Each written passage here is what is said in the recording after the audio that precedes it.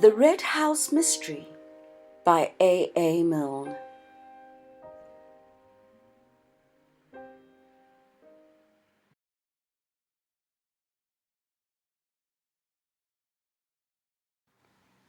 Chapter 6. Outside or Inside. The guests had said goodbye to Cayley according to their different manner. The Major gruff and simple. "If you want me, command me. Anything I can do.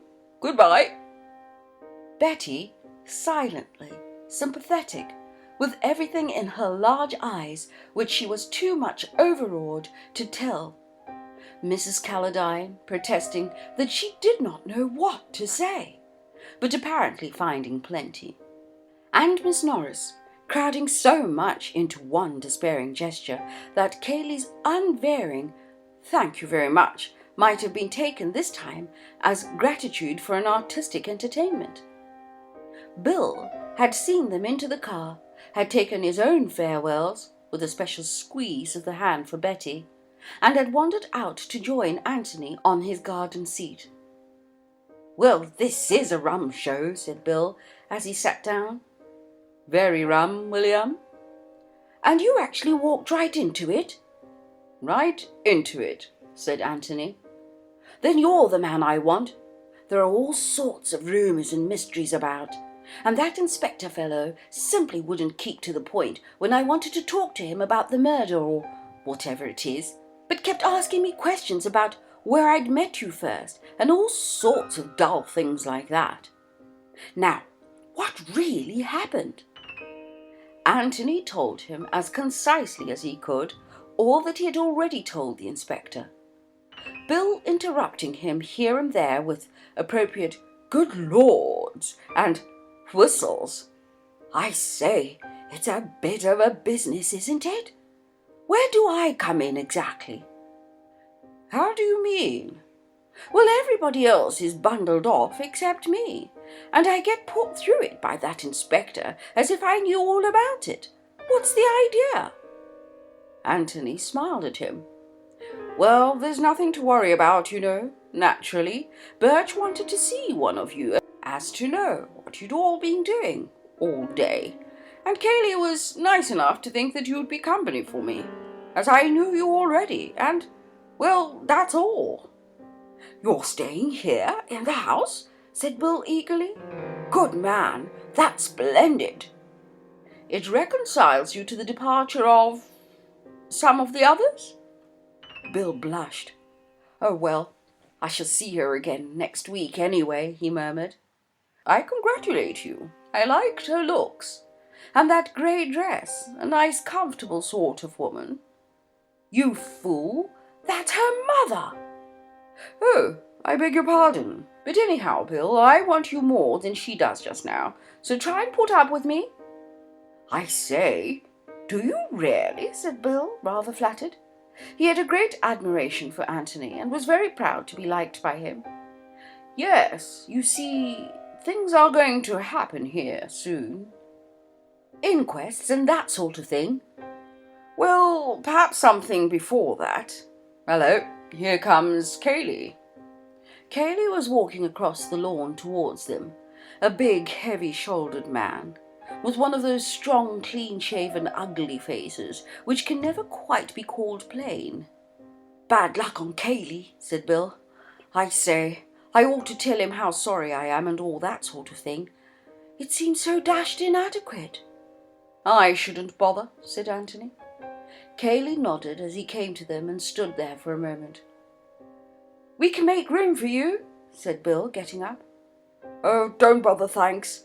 I just came to say," he went on to Anthony, "that naturally they've lost their heads in the kitchen and dinner won't be till 8:30. Do just as you like about dressing, of course, and what about your luggage?" "I thought Bill and I would walk over to the inn directly and see about it. The car can go and fetch it as soon as it comes back from the station. It's very good of you, but I shall have to go over myself anyhow, to pack up and pay my bill.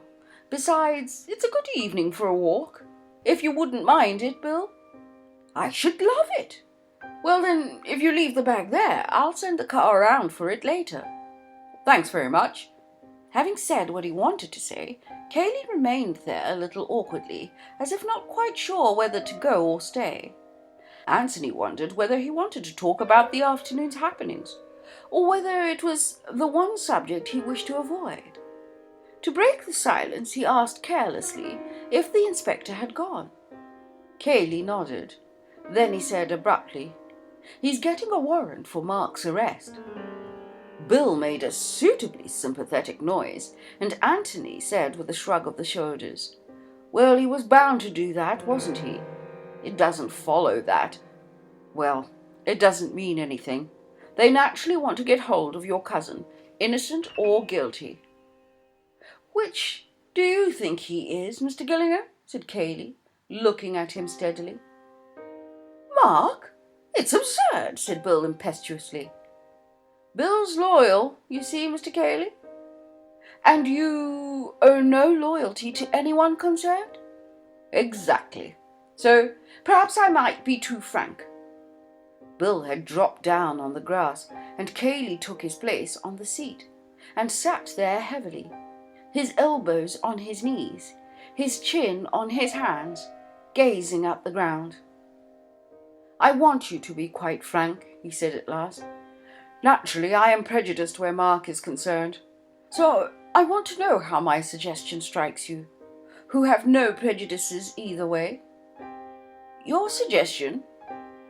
"My theory that if Mark killed his brother, it was purely accidental, as I told the inspector." Bill looked up with interest. "You mean that Robert did the hold-up business," he said, "and there was a bit of a struggle and the revolver went off, and then Mark lost his head and bolted? That sort of idea?" "Exactly." "Well, that seems all right." He turned to Anthony. "There's nothing wrong with that, is there? It's the most natural explanation to anyone who knows Mark." Anthony pulled at his pipe. "I suppose it is," he said slowly, "but there's one thing that worries me rather." "What's that?" Bill and Cayley asked the question simultaneously. "The key." "The key?" said Bill. Cayley lifted his head and looked at Anthony. "What about the key?" he asked. "Well, there may be nothing in it. I just wondered. Suppose Robert was killed, as you say, and suppose Mark had lost his head and thought of nothing but getting away before anyone could see him. Well, very likely he'd lock the door and put the key in his pocket. He'd do it without thinking, just to get a moment's time." "Yes, that's what I suggest." "It seems sound enough," said Bill. "Sort of thing you do without thinking. Besides, if you're going to run away, it gives you more of a chance." "Yes, that's all right if the key is there. But suppose it isn't there." The suggestion made as if it were already an established fact startled them both. They looked at him wonderingly. "What do you mean?" said Cayley.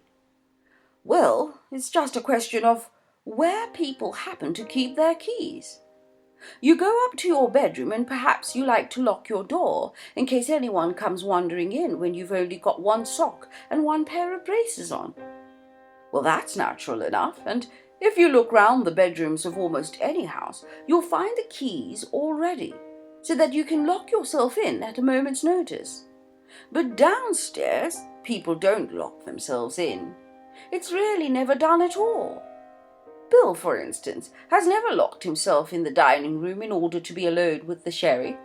On the other hand, all women, and particularly servants, have a horror of burglars, and if a burglar gets in by the window, they like to limit his activities to that particular room. So they keep the keys on the outside of the doors, and lock the doors when they go to bed." He knocked the ashes out of his pipe and added, "At least, my mother always used to." "You mean," said Bill excitedly, "that the key was on the outside of the door when Mark went into the room?" "Well, I was just wondering." "Have you noticed the other rooms, the billiard room and the library and so on?" said Cayley. "I've only just thought about it while I've been sitting out here. You live here. Haven't you ever noticed them? Cayley sat, considering, with his head on one side. It seems rather absurd, no, but I can't say that I have. He turned to Bill. Have you? Good Lord, no. I should never worry about a thing like that. I'm sure you wouldn't, laughed Anthony. Well, we can have a look when we go in. If the other keys are outside, then this one probably was too. And in that case, well, it makes it more interesting. Cayley said nothing. Bill chewed a piece of grass and then said, Does it make much difference? It makes it more hard to understand what happened in there. Take your accidental theory and see where you get to. No instinctive turning of the key now, is there? He's got to open the door to get it. And opening the door means showing his head to anybody in the hall. His cousin, for instance, whom he left there 2 minutes ago. Is a man in Mark's state of mind, frightened to death that he should be found with a body, going to do anything so foolhardy as that? He needn't have been afraid of me, said Cayley. Then why didn't he call for you? He knew you were about. You could have advised him. Heaven knows he wanted advice. But the whole theory of Mark's escape is that he was afraid of you and everybody else, and that he had no other idea but to get out of the room himself and prevent you or the servants from coming into it. If the key had been on the inside, he would probably have locked the door. If it were on the outside, he almost certainly wouldn't. Yes, I expect you're right, said Bill thoughtfully. Unless he took the key in with him and locked the door at once. Exactly. But in that case, you have to build up a new theory entirely. You mean that it makes it seem more deliberate? Yes, that certainly. But it also seems to make Mark out an absolute idiot. Just suppose for a moment that, for urgent reasons which neither of you know anything about, he had wished to get rid of his brother. Would he have done it like that? Just killed him and then run away? Why, that's practically suicide. Suicide whilst of unsound mind. No. If you really wanted to remove an undesirable brother, you would do it a little more cleverly than that. You'd begin by treating him as a friend, so as to avoid suspicion. And when you did kill him at last, you would try to make it look like an accident or suicide, or the work of some other man, wouldn't you? You mean you'd give yourself a bit of a run for your money? Yes, that's what I mean. If you were going to do it deliberately, that is to say, and lock yourself in before you began. Cayley had been silent, apparently thinking over this new idea. With his eyes still on the ground, he said now, I hold to my opinion that it was purely accidental, and that Mark lost his head and ran away. But what about the key? Asked Bill. We don't know yet that the keys were on the outside. I don't at all agree with Mr. Gillingham that the keys of the downstairs rooms are always on the outside doors. Sometimes they are, no doubt, but I think we shall probably find that these are inside. Oh, well, of course, if they are inside, then your original theory is probably the correct one. Having often seen them outside, I just wondered, that's all. You asked me to be quite frank, and tell you what I thought. But no doubt you're right, and we shall find them inside, as you say. Even if the key was outside, went on Cayley stubbornly, I still think it might have been accidental. He might have taken it in with him, knowing that the interview would be an unpleasant one, and not wishing to be interrupted. But he had just told you to stand by in case he wanted you. So why should he lock you out? Besides, I should think that if a man were going to have an unpleasant interview with a threatening relation, the last thing he would do would be to barricade himself in with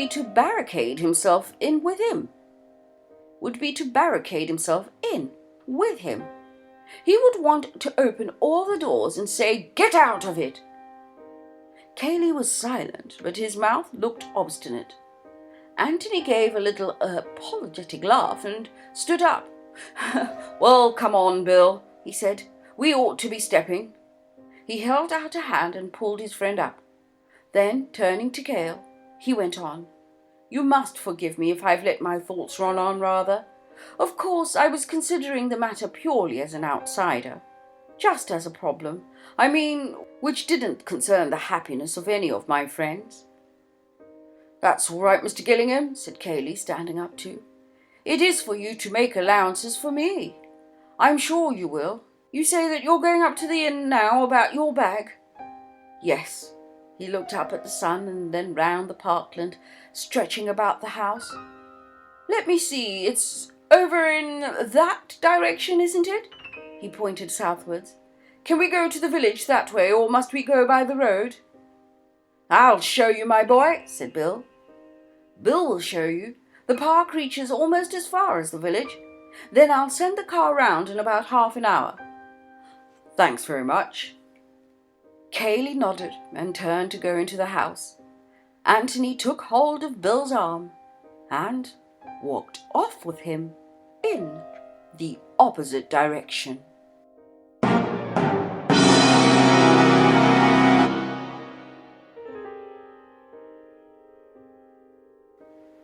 So, what did you think? Any comments? Any ideas? Put them in the comment section below. Let's discuss. Let's see if you have any theories about the chapter you've just listened to.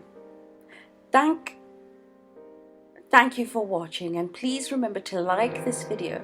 Share this audiobook series with somebody that you know enjoys detective stories, and subscribe to our channel, our ever-growing Audiobooks TV family.